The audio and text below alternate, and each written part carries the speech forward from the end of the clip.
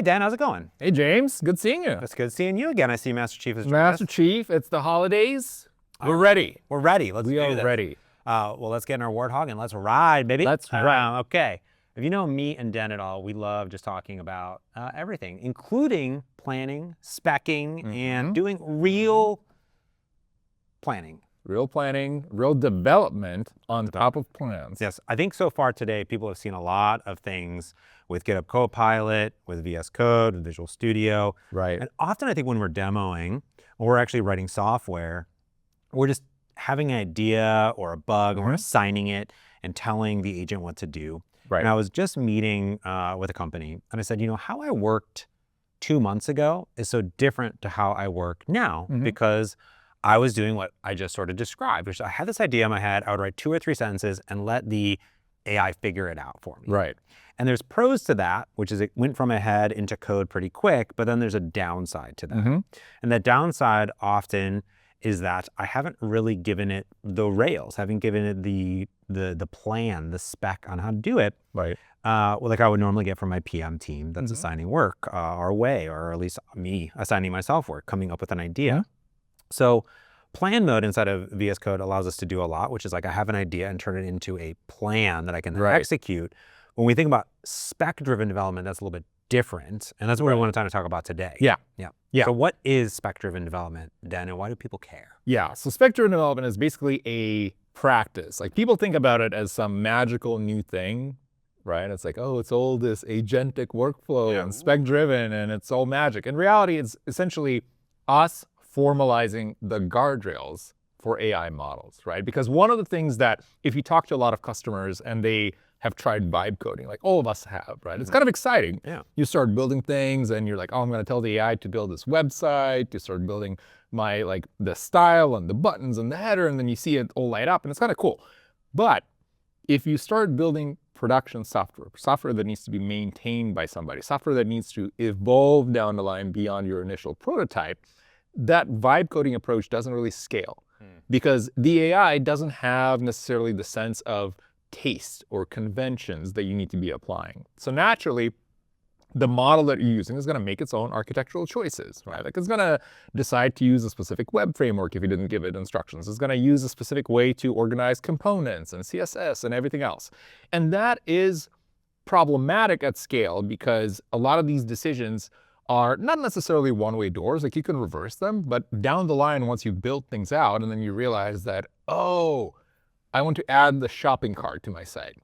And then you realize that the libraries that you use are now incompatible with some of the things that you're trying to build. So you start putting yourself in this corner where now you're like, okay, now I need to figure out a way out of this.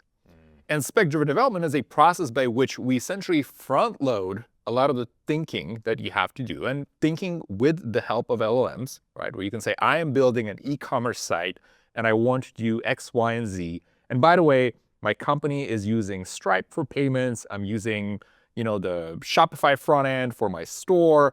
And you can assemble all these things together in a cohesive way and then have the AI help you build the things that you want to build in a way that also will scale in the future. So it essentially allows you to think first and get the outcome you want rather than offload that to the LLM itself to go and make the decisions for you. So I'm a developer now. I'm sort of want to live and breathe in the code, right? I want to live in my repo. So how should I, as a developer, I think that makes a lot of sense if I'm like an architect or I'm a PM. But what if I'm a developer and I'm like, hey, I just want to write and I want to jam on some code. How should I be thinking about spec-driven development? Because maybe I'm a solo developer, right? I'm just like building and I want to build something, or maybe I'm at a large enterprise or a startup or something like that. How should I, as a engineer, why is it important to me as an engineer to think about spec-driven development? Well, because one of the key pieces of data that you need for good software with the help of LLMs is context.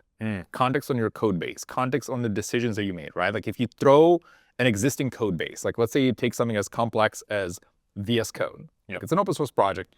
You go and you ask the LLM to go and implement some feature. It has no context as to like, why did you decide the your status bar to be a certain color, a certain style? Why did you decide the iconography to be a certain way, right? So the LLM is going to start guessing. When you have specs in place, the LLM can go and parse out and say, okay, let me look at how you've previously thought about styling.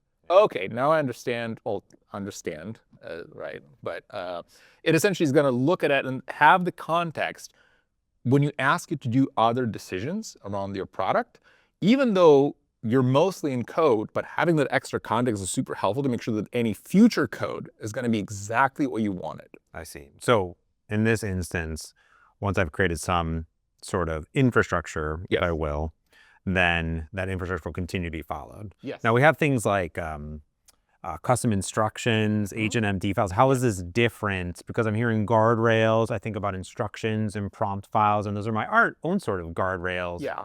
When the agent is making code, how does this different than that? It actually uses a lot of them. It actually relies on a lot of them because specs themselves, if we think about the concept of spec-driven development, there are certain artifacts that folks might have heard from previous videos and blog posts, like we have the spec.md file, which is the specification that outlines the functional requirements for what you're trying to build. There is the plan, which is a technical plan. There is a set of tasks, which is a broken down, basically a list of things that LLM needs to execute to get you to the state that you want to get to. And all of these are just markdown files. And then you have agents.md to set up the instructions for the code base, which is, by the way, now supported by Copilot. The CLI, it's in VS Code. You can use agents.md everywhere. Everywhere. Right, so, which is great. I love standards. I just love not to have to re-implement it over and over. But it relies on a lot of these conventions, and it basically assembles them together. Like this is what we launched, GitHub Spec Kit. And again, when I talk to people, they assume that this is like this magical product. They're like, it's just a bunch of prompts and scripts. All right. We just assemble them together to make it easy for folks to get started and see how they can leverage a lot of these spec-driven workflows to build software in a more deterministic way than an LLM typically could. Was this inspired like internally teams at Microsoft and GitHub, or like where did it come about? Why did it come about? Like I think that sometimes like, oh, we built a thing, but then like, why did you build a thing? Okay, yeah, that was actually a very fun story, and I think I wish we had John Lamb here to talk about this, but John is one of my colleagues who actually was the one that bootstrapped Spec Kit and a lot of the spec-driven work inside Microsoft. And the reason it was built is because John was using the Claude Sonnet models, and as we both know, Sonnet models can get a little bit over-eager. And you ask it to, I want to build a website. And it's going to go, oh, great, let me write a whole new web framework first before you build a website. Develops a programming language. Develops a programming language, everything, right. Yeah, so the runtime, yeah, it's exactly. And using the spec-driven development process, it essentially set the guardrails for, okay, I want you to build X, Y, and Z only based on this plan. I see. And that's where it kind of started. But after that, John quickly realized like, oh, there's actually value in this beyond. And this is where I worked with him to like help productize this a little bit and then get it into the shape that we see now, GitHub Spec Kit. Well, I want to see it because it is one of the most popular repos on GitHub with over 53,000 stars. So let's bring up your machine here. Yeah, let's do let's that. take a look. Okay, cool. 53.6 thousand. Hopefully more after AI Dev. When we recorded our video for VS Code, how many stars was it? It was like 24,000 or something like that. And that was not that long ago. No. Yeah. No. It's wild. People are loving it. Okay, so what is this? So Spec Kit itself, as I mentioned, in its core, all it has is just a bunch of prompts and scripts. Okay. Like that's all it is. Prompts and scripts. Prompts and scripts. So it's not like the package that you're like an NPM package that you're installing. No. You have to you're not installing something into your project. No. Oh, okay. Exactly, because if you really wanted to, like we have a helper CLI that I will show you in a second. It's called Specify or Specify, whichever way you pronounce it. You tell us. You tell us. But that CLI is actually not required because what you can do is you could go to releases, you look at SpecKit templates, you just scroll. Look at all. And then you'll find the agent that you want and the script language that you want. Like for example, if I'm using Codex from OpenAI, I have a shell script or a PowerShell. You can just download that, right? Like if I get a PowerShell one, and let's download this. Let's pop it open. And then we'll see it in a second that there is two folders in there. There's Codex that has a bunch of prompts, right? SpecKit analyze, checklist, clarify, and so on. And we'll show you that in a second. And there's a bunch of metadata files like specified. There's scripts, there's some templates, right? Like again, it's all markdown files and scripts. Okay. Nothing else. Yeah, like so you really just go no grab binaries, this. no. And you said there's a bunch of different, I'm seeing like Claude and Codex, Copilot, Cursor, Gemini. So this is really, it's from GitHub, but it is, you think of Agent HQ, like agents be everywhere. All agents can use this like an agent. So it's almost a standardization, but I'm assuming you've crafted them because these agents all work a little and require a little bit different setup. Right. They're a little bit different. And also you heard it here first, we're working on SpecKit v2. Well, that is going to remove the need for having these custom scripts per agent because it's all going to be bundled into specify CLI and just like the agent will invoke. But we'll get to that. But essentially, when you are creating new projects with Specify, you can install it, and there's instructions. If you go to the website or the repository here, you'll have instructions for using UV. We are big fans of UV. If you're a Python developer, and that just happens because the Specify CLI itself was written in Python, right? Like there's no Python requirement beyond this. Like you don't need to have it. And again, you can install it globally or for your instance. And then what you can do is you can do specify. Pump it up a little bit more for me. All right, let's do that. Beautiful. Let's clear it to make sure it's all aligned. All right, so specify, and then init to initialize a new project. And then we're going to give it a project name. So we're going to call it test demo. So what's going to happen here is you'll see that, again, this was designed not with Copilot in mind, but with any agent in mind. So we have this beautiful ASCII art here, and we have a selection of agent. Like what agent do I want to use? And I can use my arrow keys because we use terminal interfaces as usual. And I can pick any of them. And all this does is downloads the templates that I want. We're going to use Copilot because, of course, we're going to be showing Copilot. And then I'm being prompted to enter the shell that I'm going to be using. If I'm using PowerShell on Linux, you can use PowerShell on Linux. If you use shell scripts, you can use shell scripts. I'm going to use PowerShell. Just going to download it. Boom. Done. Wow. And all this did is basically just the releases that you saw, the zip files that you saw, it just pulled them locally, extracted them, and made it ready for your project. Oh, that's it. So we can go to our folder for test demo. And let's take a look here. If I look inside the folder, and I have the .github.specify.vs code, because Copilot, we design it around VS Code. Got it. Okay. Now, here's one question for you. You did this in a brand new folder. Yes. Right? Because you're like, oh, I'm a brand new project. And probably the majority of people watching this and streaming this in right now are like, I have an existing project. Yeah.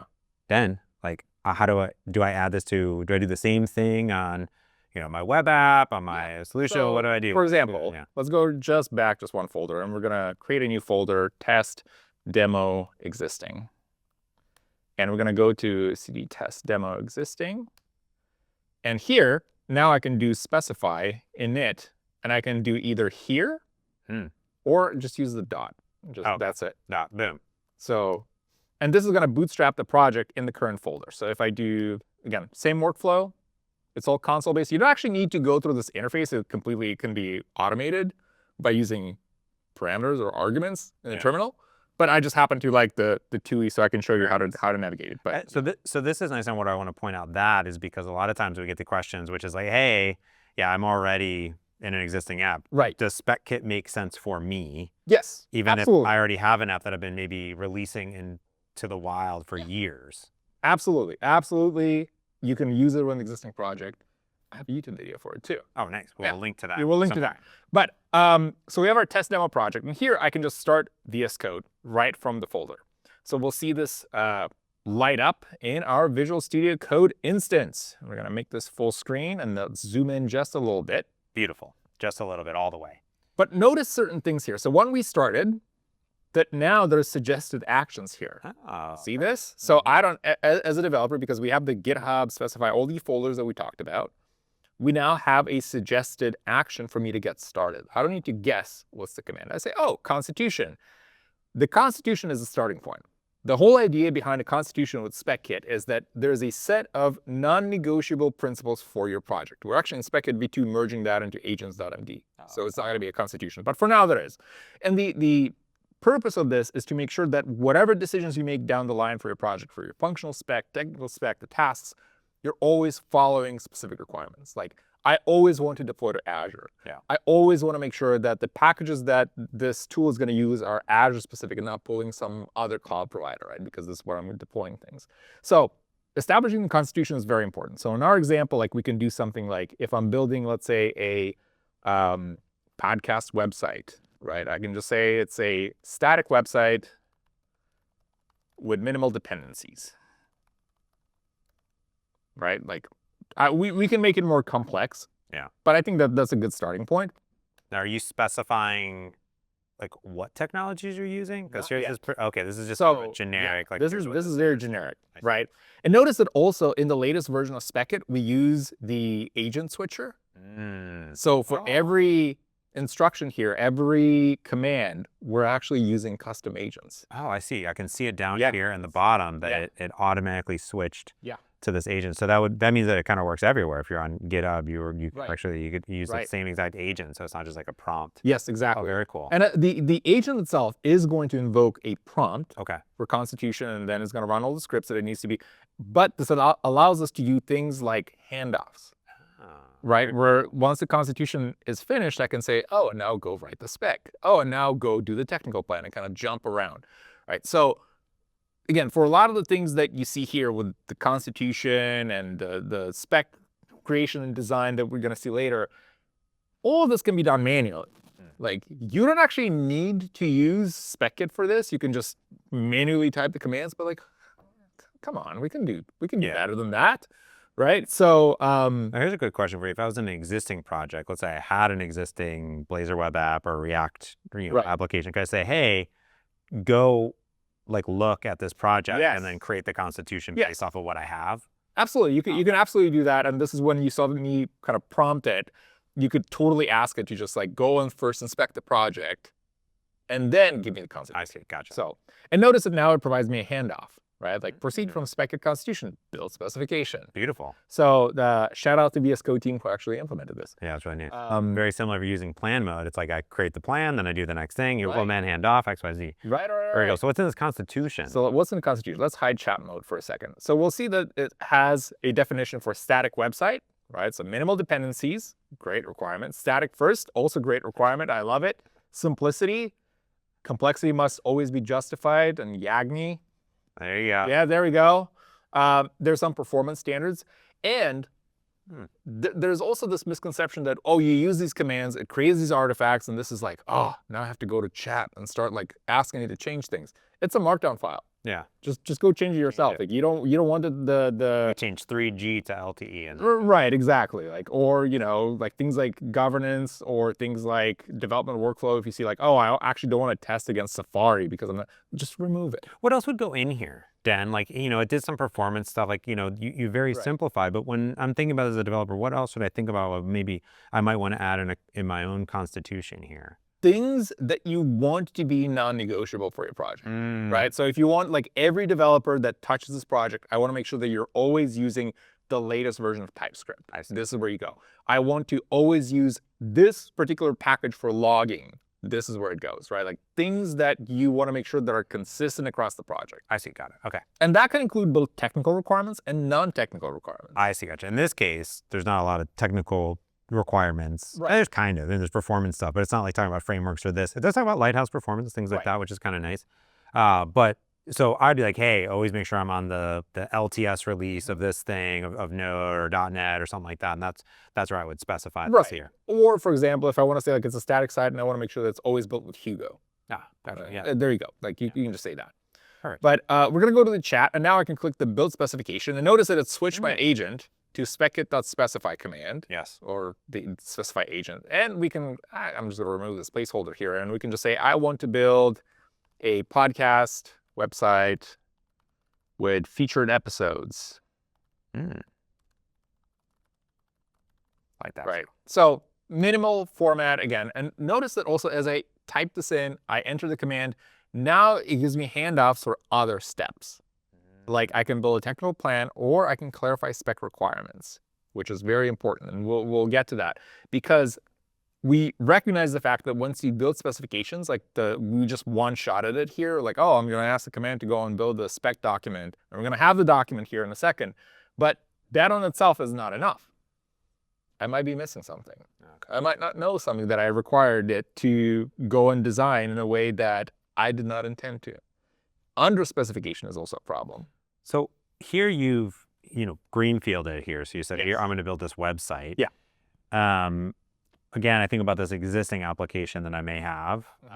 Should I like retroactively go back and create like a default specification for what the app is first? Or should I think about, should I break it down into features? Like for example, here you're like, hey, I'm going to create this page, featured episodes. Should I think about it of this first, even if I'm creating and going for the first time, should each sort of specification be a feature? Like, hey, I'm creating a podcast website, so create just the base website, and then I'm going to have another specification for episodes, another one for guests, another one for, is that how I think about it? Or should I try to one-shot everything in one huge specification first? I think from my experience and us running this at SpecKit for a while with different projects, the workflow you described probably would work best. Okay. That is, and the reason for that is very simple, is because you want to make sure that you chunk the context, right? When you start to kind of offload everything into one, like it could work, but then you have to be somewhat hands-on or have basically like an agent fleet to go and like check each other and be like, oh, is this right? Is it rendering correctly? Versus start minimally. But also we'll get to that, because for greenfield projects, what we've actually done is at the spec stage, because here I'm building a whole new podcast website. It's an end-to-end thing, right? We make a lot of assumptions and we make a lot of experience pieces, but it's very hard to dissect from it. Like, what exactly is the minimal product that I want? The MVP, right? Yeah. But once we get to the last stage of tasks, we are actually smart about identifying what needs to go into the MVP and start with that, and then incrementally build on top of it. So you don't actually have to do that decision yourself. Well, let's take a look at the spec real quick. So you create a new specs folder. We have our spec.md in our feature folder, 001 podcast website. So we're going to look at spec.md. I'm going to close the terminal, and we're just going to keep all these changes because we're just going to blindly trust the AI. So notice that it broke it down for me in user stories. So I have browse featured episodes and landing page. Great. It has some scenarios. If you're a product manager, these might seem familiar. Love this.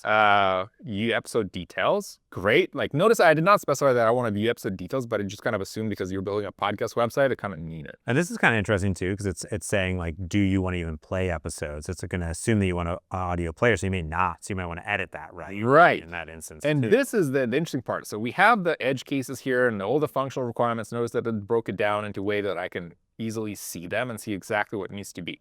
But let's say that I read through this and say, oh, this sounds reasonable. This sounds great. Yeah. Like, but I don't actually know what I don't know. Yeah. So this is where we use clarify. I never know what I don't know. I never know what I know. Yeah. So we're going to use the clarify command. I just one-clicked it, and it just bootstrapped the clarify agent with the clarify command. And what this is going to do, it's going to use the LLM again, use the model to look over the spec and then start thinking through, like, what are the things that are missing? Right? And we kind of see this here where it created this table for us. It says coverage. Oh, there we go. That's my new favorite button. Yeah. Today I learned. There you go. That's a great button. I love it. Yeah. So we see this table that it created, right? So like, oh, you have things like core user goals. They're pretty clear. Like, okay, makes sense. Things that are out of scope are not defined. Things like user roles and personas, not defined. Because, oh, hey, visitor, like, is this a new versus returning? Is it a podcast owner? Because you, right, which makes sense. It's a podcast website. Identity and uniqueness rules, all the stuff that's missing here, which is like, yeah, I like this. And then it starts asking me questions. I like that. We're limited to 5 questions to start, just because we want to make sure that we don't overwhelm you with too much. But it's actually going to ask the question itself. So how will episode data be managed and added to the website? And it recommends you an option, but also it gives you other options. Oh, nice. Right? So it's like, oh, you can import things from an RSS, you can static JSON define things, and I think option B makes sense. So I can just literally be lazy and say B. Oh, it's going to do one question at a time? Oh, nice. Interesting. Okay. I've recorded this answer. I like it. Okay, cool. Because it not only records the answer, but it actually goes into the spec and it adds it. So see, it says clarifications and it has a session from today. Nice. And it's going to, oh, okay, let me add this to the plan. And then it's going to, like, let's look at the changes. And it actually added the requirement here. Oh, nice. Now it jumps to the second question here, which is, like, what is the expected episodes catalog size this website needs to support? And it's like, okay, 10 to 50 episodes. I like D. I wanted this to be a popular podcast. So I'm going to use the 200 episodes. Podcasting forever. Right. So you can be lazy and answer these with just 1 letters. Or you can give a short answer yourself. So you can say, actually, none of this is correct. And so you can kind of go through the steps here. And we're not going to go through all the 5 questions because you get the idea. But like it questions you and makes you rethink the assumptions that you have.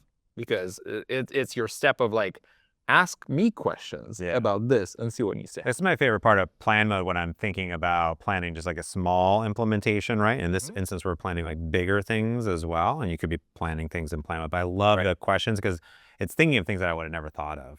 Maybe I would thought of, but I just wouldn't have put it into a prompt to like fire off and even to create. Exactly. Yeah. So once we're good with the spec, we can build a technical plan. And this is where we are establishing the technical requirements. So I can just say I am building with Hugo because I want a static site. I love Hugo. And I can just add it, like Tailwind, CSS for styling. I don't know, you can use any other libraries, but basically this is where you come in and add all the technical requirements that you want to have for your project, all of them. And the more detailed the prompt, the better, right? Like you want to avoid the LLM making assumptions. And in this case, again, if you're in an existing application, you have the technical. Correct. Because you already have the project. So you just say, go look at it, figure it out. Exactly. And then review it to make sure. And you might find some things maybe aren't what you expected. Right. Exactly. And notice also that VS Code, smartly enough, does that. It has this kind of a set of stages that it goes through, right? Because my planning has several stages to it. Like I need to generate a research file, data model, the contracts, the quick start. And so it's going to go and do all of this. Plan or setting the technical details is probably the most time-consuming part of this. Gotcha. It's going to go and think. A lot. It's going to go and think. Now, you also are using an Opus model here. When you are thinking about these different tasks, do you just kind of stick with one model? Do you move around? I mean, there's new models every week, every day.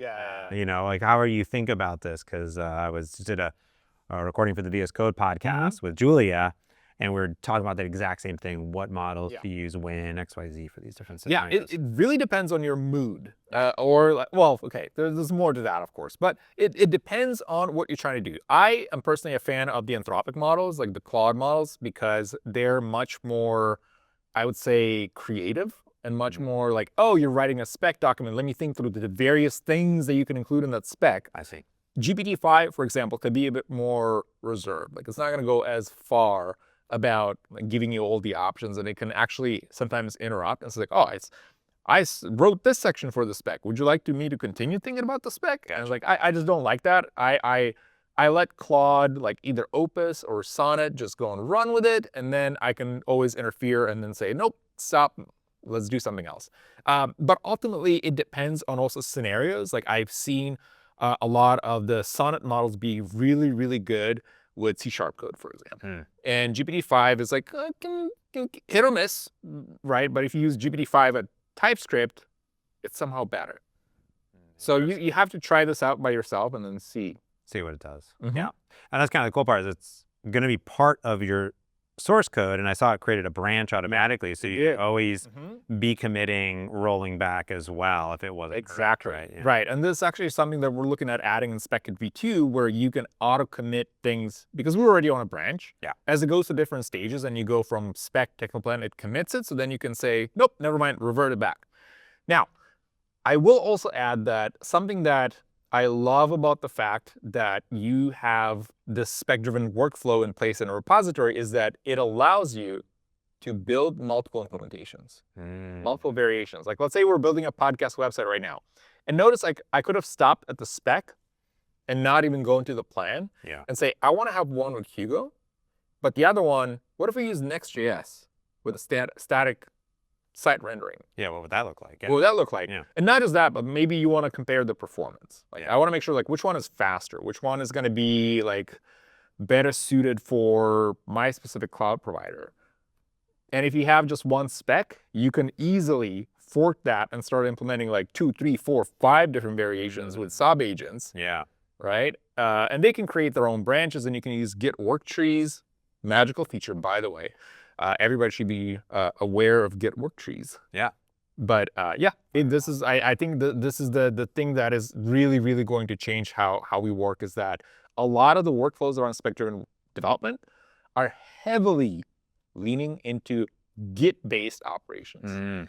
And if you know Git and you can use like this quick, like, oh, did not like the spec, revert back. Revert back. Right. And agents, modern agents are really, really good at operating on top of Git. Yeah. I like that idea too. When we're answering questions earlier on, there's a lot of different selections. You might in your mind say, okay, actually, I'm going to do another version of this with different answers to those, and then be able to actually refine them in general. Right. All right. You because you're not binding yourself to a specific implementation with the spec.